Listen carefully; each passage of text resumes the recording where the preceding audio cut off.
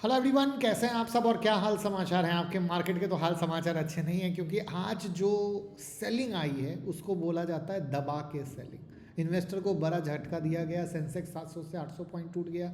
Nifty 26,000 के नीचे आ गई और लगभग सारे सेक्टर में लाल रंग कब मेरा पीछा छोड़ेगा हो गया।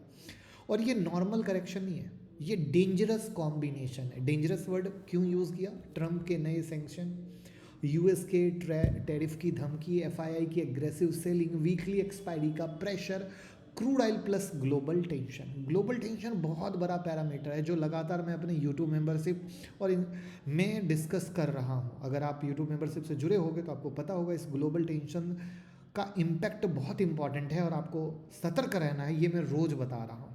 तो सवाल यह है कि आज आसान भाषा में बताएंगे क्यों गिरा, किस सेक्टर को ज़्यादा चोट लगी, रिटेल इन्वेस्टर को क्या करना चाहिए, तो क्योंकि सिर्फ न्यूज़ नहीं, स्ट्रैटेजी भी मिलेगी। तो लास्ट तक देखिएगा, बहुत फ़ायदा होने वाला है। तो सबसे पहले जैसा कि हमने बताया कि सेंसेक्स में करीब करीब 1% की गिरावट, निफ्टी में 1% की गिरावट, 25,900 के नीचे भी निफ्टी आ चुकी है। ठीक है, और स्मॉल कैप मिड कैप तो 2-2% के करीब गिरे हैं। ठीक है, तो यानी सिर्फ लार्ज कैप नहीं, मतलब हड्डी तोड़ गिरावट है। अब यहाँ पर बिगेस्ट हेडलाइन क्या है कि भैया ट्रंप का नया स्ट्रिक्ट सैंक्शन प्लस टैरिफ का स्टांस।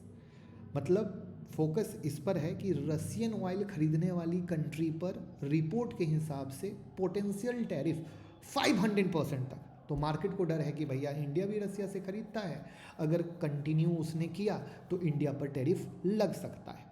तो डर का माहौल क्रिएट हो गया और पैनिक सेलिंग हो गई क्योंकि ऑलरेडी पहले ही यूएस टैरिफ के कारण मार्केट परफॉर्म नहीं कर पा रहा है। तो अब इससे क्या होगा, एक्सपोर्ट बेस्ड कंपनियां, मैन्युफैक्चरिंग कंपनियां, आईटी कंपनियां, इन सब पर जोर का झटका जोर से लगेगा और इसी वजह से आईटी और मेटल स्टॉक में पैनिक सेलिंग दबा के देखी गई।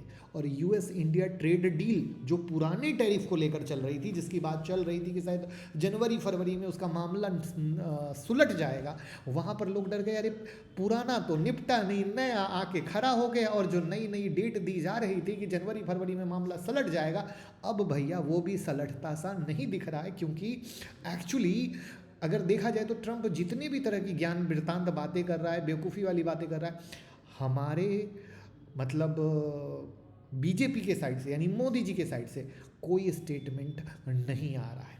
तो इससे अनसर्टेनिटी और बढ़ती है कि आखिर होना क्या है, किस तरीके से होना है।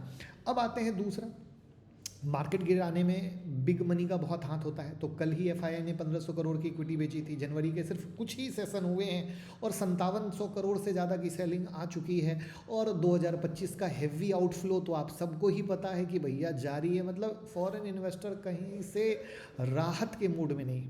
उसके अलावा आज वीकली एक्सपायरी थी, ऑप्शन फ्यूचर पोजीशन अनवाइंड हुई, स्टॉप लॉस हिट हुए, सेलिंग और वोलेटिलिटी दोनों बढ़ गई। अब ग्लोबल मार्केट, उसने भी मार्केट को सपोर्ट नहीं किया। एशियन मार्केट कमज़ोर, ग्लोबल सेंटीमेंट कमज़ोर, जियो पॉलिटिकल टेंशन, यूएस पॉलिसी की अनसर्टेनिटी, तो इन सब से मामला खराब हुआ, जिसके कारण ऑयल गैस हो, मेटल हो, एक्सपोर्ट ओरिएंटेड आईटी हो, सब पे झटका, जोर का झटका जोर से लगा, कहीं से धीरे से नहीं लगा।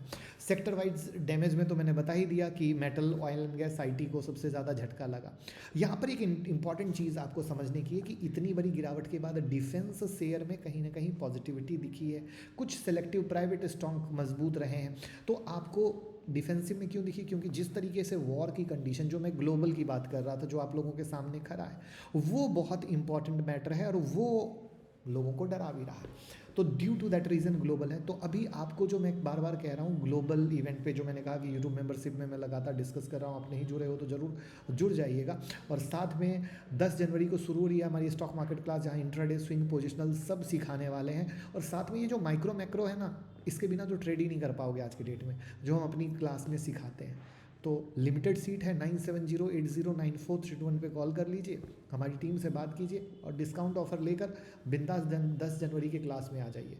अभी जो अनसर्टेनिटी है, ट्रंप ने जैसे वेनेजुला पे अटैक किया, ऑलरेडी ग्रीनलैंड लेने के पीछे पड़ा हुआ है। यूरोप अलग कह रहा है कि हम रेडी हैं, उसके बाद चाइना अलग कह रहा है कि भैया तुमने जो किया वेनेजुला पर वो गलत है, क्योंकि चाइना वहाँ से ऑयल लेता था, बहुत पैसे लगा चुका था। रसिया अलग है। तो पूरा हर कंट्री अपने आप में सदमे में कह लो, या वर्ड नहीं मिल रहे हैं, सदमा ही चला लेते हैं, आपको सही वर्ड मिले तो कमेंट में बोल दीजिएगा। तो शॉक में है कि भैया अब क्या होना है, और इन्वेस्टर डरा हुआ कि अब चाइना क्या लेगा, रसिया क्या लेगा, ये वापस से ग्रीनलैंड की तरफ चला गया, तो यूरोप ऑलरेडी बोल रहा है कि भैया हम रेडी बैठे हैं। तो यूरोप अभी तक शांत था, लेकिन कहते हैं ना जब अपने पे आती है तो कैसे खलबलाहट मचती है, उसका बेहतरीन एग्जाम्पल अभी है। तो इन सब के मद्देनज़र मामला बहुत टाइट है, जहाँ पर आगे आने वाले दिनों में भी आपको बहुत सतर्क चलना है, क्योंकि जब ग्लोबल अनसर्टेनिटी बढ़ती है ना, भले ही हमारे मार्केट पर डायरेक्ट इम्पैक्ट ना हो, आज तो डायरेक्ट इम्पैक्ट आ गया, डायरेक्ट टैरिफ का डर, बट समझो कि जब तक टैरिफ, जैसे वेनेजुएला पर जब इम्पैक्ट उसने कैप्चर किया तो हमारा मार्केट क्या था, साइडवेज हो गया, कुछ ज़्यादा नहीं चला, परफॉर्म नहीं किया। क्यों? क्योंकि लेकिन अनसर्टेनिटी, अरे ग्रीनलैंड भी जाएगा, यूरोप भी फंसेगा, फिर क्या पता वर्ल्ड वार जैसी कहानी। फिर अगेन ये पैनिक करने वाली बात नहीं है, क्योंकि आपके मन में आए पैनिक किया जा रहा है, अरे नहीं भैया बिल्कुल पैनिक नहीं करें, हम आपको सिखा रहे हैं कि जब हम कहीं पैसा लगाते हैं धंधे में तो हमें किस तरीके से हर एंगल को देखना चाहिए, क्योंकि अभी तक सरकार का स्टांस कुछ क्लियर निकल के नहीं आ रहा, एक स्टेटमेंट क्लियर निकल के नहीं आ रहा कि हम समझ सकें कि सरकार क्या चाहती है और किस तरीके से चाहती है। और ऑलरेडी जो आज की सेलिंग थी वो बहुत खतरनाक थी, दबा के सेलिंग थी। तो यहाँ पर ये समझ लीजिए कि ये जो गिरावट है मैक्रो माइक्रो पॉलिसी ड्रिवन है, ठीक है। कंपनी की अर्निंग कोलैप्स नहीं हुई, जो अर्निंग सीजन शुरू होने वाला है, यानी मार्केट को अब नज़र रहेगा अर्निंग पर, क्योंकि मार्केट को बचा सकता है तो वो बचा सकता है कंपनी की अर्निंग। यानी आपका फोकस होना चाहिए फंडामेंटली स्ट्रॉन्ग स्टॉक पर, क्वालिटी म्यूचुअल फंड पर। पैनिक सेलिंग से बचें, आप अपना विजन रखें 3 से 5 साल का, तभी कुछ हो सकता है, वरना फंस जाएंगे। और मैक्रो माइक्रो को तो बिल्कुल मत भूलिएगा। और जो ट्रेडिंग करते हैं ना डेली बेसिस पे, भाई बिना सीखे कुछ ना हो पाएगा। और ये जो टिप्पों पे ट्रेड कर रहे हैं टीवी पे, टेलीग्राम पे, यूट्यूब पे, उसमें तो सारे पैसे डूब जाएंगे। तो प्लीज़ आपके मेहनत की कमाई है, खून पसीने की कमाई है, बहुत सीधा स्पष्ट बताने की कोशिश की कहाँ कहाँ मार्केट फंस रहा है, और मार्केट को वापस से सही करने वाला सिर्फ आपका रामबाण बनेगा, वो बनेगा कंपनी का अर्निंग, ठीक है। तो इस तरीके से ट्रंप के नए सैंक्शन, यूएस टैरिफ का डर, एफआईआई की सेलिंग, वीकली एक्सपायरी का प्रेशर, ग्लोबल क्लू और क्रूड ने मिलकर पैनिक मार्केट में मचा दिया है। तो आपको वेट एंड वॉच करना चाहिए, कल किधर क्लोज होता है। थोड़ा सा बाउंस भी हो जाए तो तुरंत ये ना सोचिए हो गया, ऐसा कुछ नहीं होता है।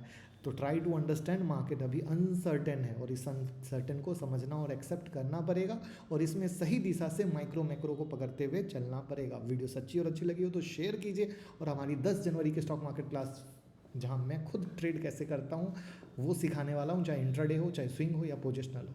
तो मेरी चीज़ सीखनी हो तो 9708094321 पे कॉल कीजिए। धन्यवाद।